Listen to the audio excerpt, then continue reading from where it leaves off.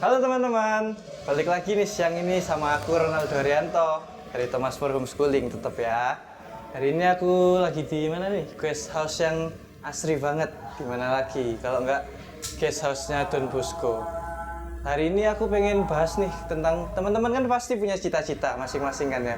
Ada yang pengen jadi dokter, pengacara, atau atlet atau banyak profesi yang lain pasti teman-teman mau. Tapi hari ini kita pengen fokus sama satu profesi atau jalan hidup yang mungkin nggak banyak orang pilih. Yuk kita cari orangnya dulu, sumbernya.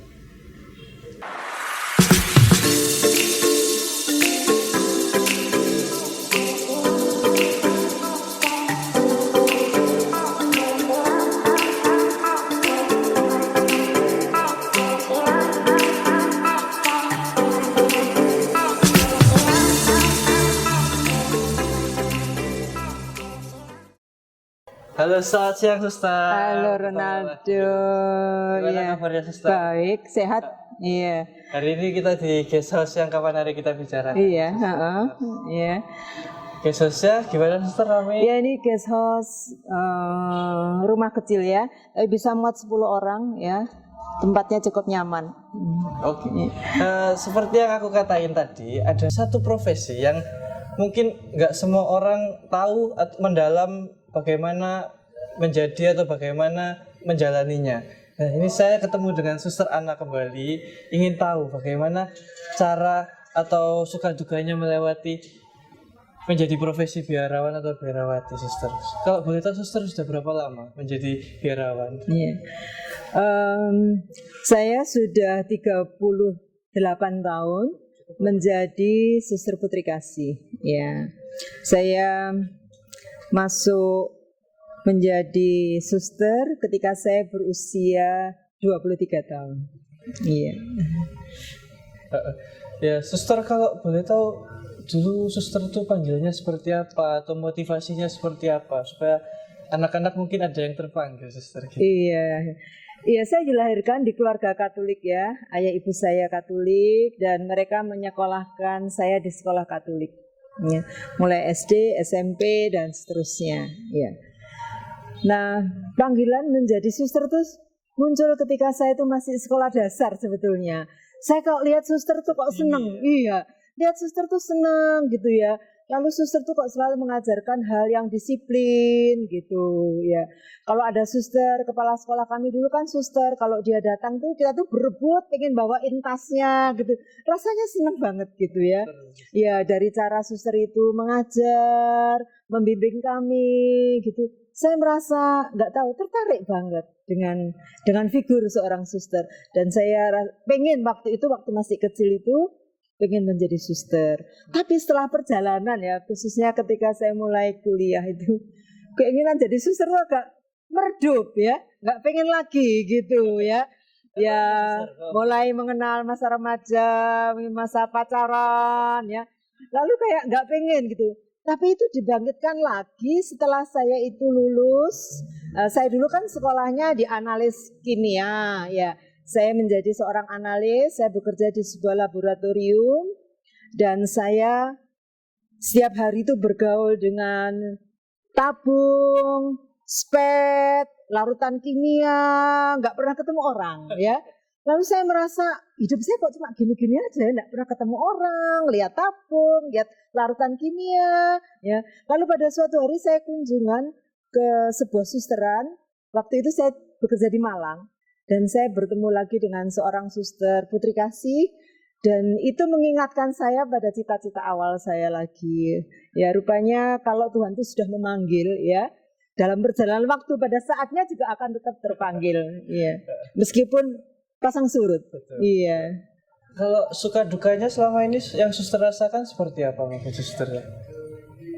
Iya, selama 38 tahun ini saya kok bahagia ya menjadi putri kasih itu. Iya, saya nggak punya satu pikiran pun untuk meninggalkan kehidupan ini. Ya, kehidupan menjadi pelayan Tuhan dan saya benar-benar sangat menikmati. Suka duka selalu ada, ya, entah itu sebagai suster maupun sebagai awam, ya. Tetapi itu semua kalau kita jalani bersama Tuhan dan mendengarkan kehendaknya, semua itu menjadi indah adanya. Iya. Kalau suster pelayanannya sudah kemana aja nih suster? Ya saya selama 38 tahun sebagai suster putri kasih, ya 30 tahun saya habiskan di Indonesia dan 7 tahun saya melayani di Fiji Island, ya. Dan 1 tahun saya tinggal di Irlandia. Iya. Bagi teman-teman nih, kalau nggak tahu ya, jadi suster itu enak, nggak bosenin.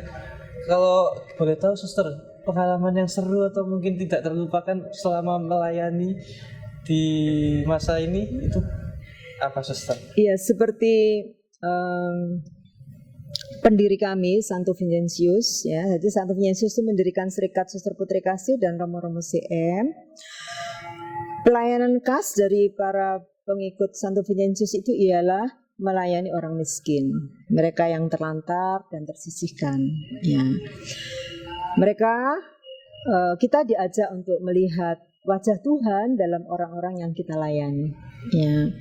Semakin kita mencintai mereka, ya, semakin kita dekat dengan Tuhan sendiri. Ya. Dan rasanya tidak ada yang lebih membahagiakan selain melaksanakan apa yang disabdakan oleh Tuhan sendiri, yang bunyinya, kalau engkau memberi minum kepada orang yang kehausan, engkau memberi minum kepada aku. Kalau engkau memberikan pakaian kepada mereka yang terlanjang, engkau memberi pakaian kepada aku. Kalau engkau memberi tumpangan kepada orang yang membutuhkan tempat tinggal, engkau memberikan tumpangan kepadaku. Ya, itu sabda Tuhan yang sangat menguatkan. Sehingga ketika kita melayani orang-orang itu, ya kita yakini melayani Tuhan sendiri. Nah Ya. itu teman-teman.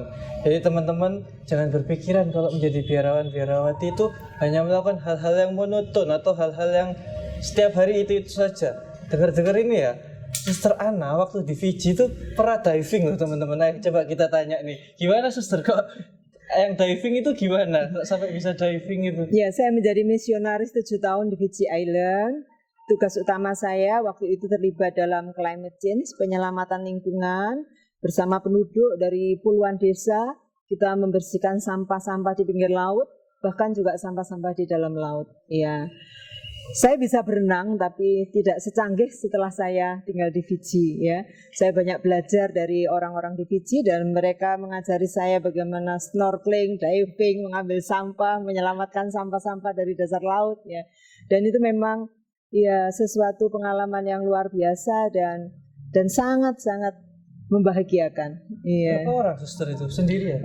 Waktu di Fiji itu kami ada 3 orang suster, 1 dari Australia, 1 dari Amerika, dan 1 dari Indonesia. Oh, hanya Iya. 1 dari Indonesia. Iya.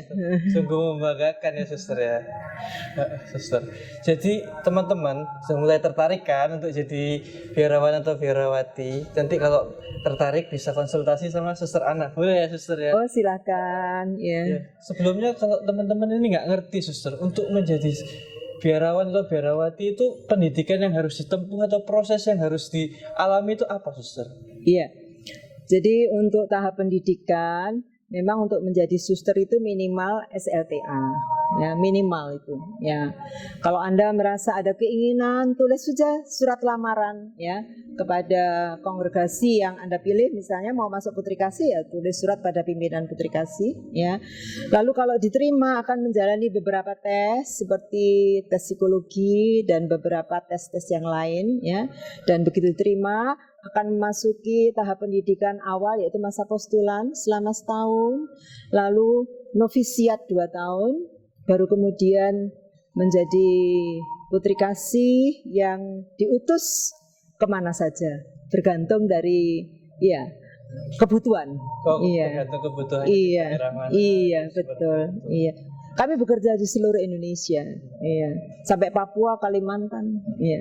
Jadi teman-teman kalau yang sudah mulai tertarik bisa langsung konsultasi sama Suster Ana. Tapi jangan salah loh, murid-murid Thomas More.